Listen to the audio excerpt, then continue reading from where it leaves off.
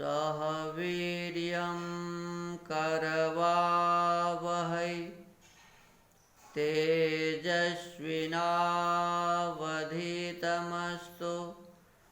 मा विद्विषावहै। ओम शांति शांति शांति। आदरणीय श्रोतागण, सबको सादर नमस्ते। ऋग्वेद आदि भाष्य भूमिका के उपासना विषय में अभी हम सभी चर्चा कर रहे हैं। आज का जो मंत्र है वो ऋग्वेद का मंत्र है, अथर्ववेद का ये मंत्र है। ओम अन्नादीन यशसा तेजसा ब्राह्मण वर्चसेन। कहते हैं कि अन्नाद्यम अन्नम अनिति जीवयति इत्यन्नम अन्नमति इति अन्नादः अन्नादस्य भावः अन्नाद्यम अन्नं कस्मात् आनतं भूतेभ्यः अर्तेवा निरुक्त त्रिनाट। अन्न की तरह राज्य भी भोगा जाता है। जैसे हम अन्न खाते हैं, अन्न का भोग करते हैं, ऐसे राज्य का भी भोग किया जाता है। ब्राह्मण वर्चसेन, ब्राह्मण के तेज से, इन गुणों से ब्राह्मण वर्चस प्राप्त होता है। हमें ब्रह्मणत्व आए, हम ब्रह्मवर्चसी हो इसके लिए क्या करना है? तो कहते हैं श्रम से ब्राह्मण वर्चस प्राप्त होता है। श्रम अर्थात मन में भी बुरे कामों की इच्छा न करना। जब मन में भी बुरे कामों की इच्छा नहीं करेंगे तो ब्रह्मवर्चस हमारे भीतर आएगा। दमः अर्थात श्रोत्र चक्षु आदि इंद्रियों को, 5 हमारी जो ज्ञानेंद्रियां हैं, 5 कर्मेंद्रियां हैं, नासिका, जिह्वा, चक्षु, त्वचा और ये कान, ये ज्ञानेंद्रियां हैं। और वाणी, हाथ, पैर, उपस्थ और पायु, लघु शंका मार्ग को उपस्थ कहते हैं और शौच मार्ग को पायु कहते हैं।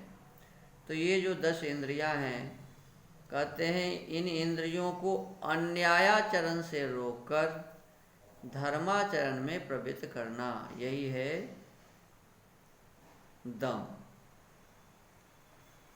अन्याय से हटाकर न्याय में इसे लगाना, न्याय कर्म में लगाना, ये धर्माचरण में लगाना, ये है दम।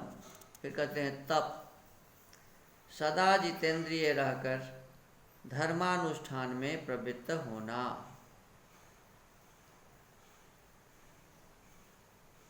शौच, सत्यासत्य के विवेक पूर्वक सत्य के ग्रहण और असत्य के त्याग से पवित्र होना।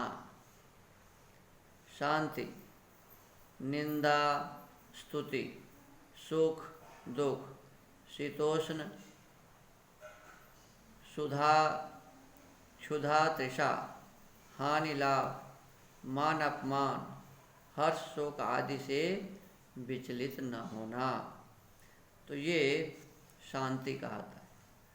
तो ये जो 5 बताए, शम, दम, तप, शौच और शांति, यदि इन 5 गुणों को हम अपने भीतर में धारण करते हैं, ग्रहण करते हैं, तो इसी से हमें हमारे भीतर में ब्रह्मणत्व उत्पन्न होता है।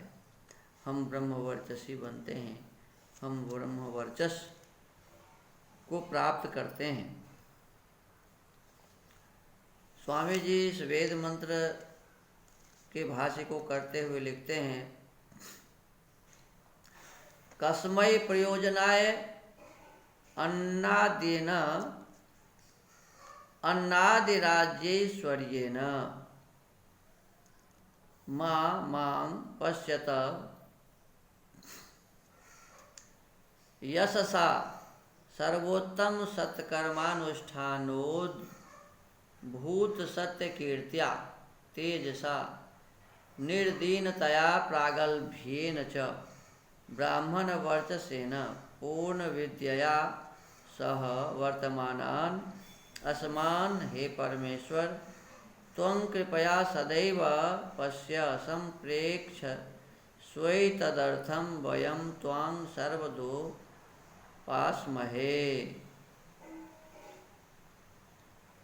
कहते हैं कि अन्न आदि ऐश्वर्य, सबसे उत्तम कीर्ति, भय से रहित और संपूर्ण विद्या से युक्त हम लोगों को करके कृपा से देखिए, इसलिए हम लोग सदा आपकी उपासना करते हैं। हम प्रभु की उपासना क्यों करें? तो कहते हैं प्रभु की उपासना इसलिए करें कि हम अन्न आदि सभी प्रकार के ऐश्वर्यों से युक्त हो जाएं,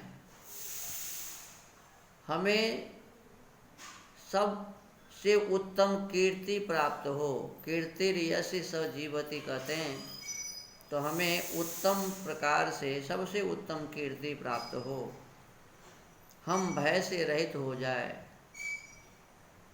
किसी भी प्रकार का भय हमारे भीतर में न हो, संपूर्ण विद्या से हम युक्त हो जाएं, सभी प्रकार की विद्या हमारे अंदर में हो। तो ये कब होगा?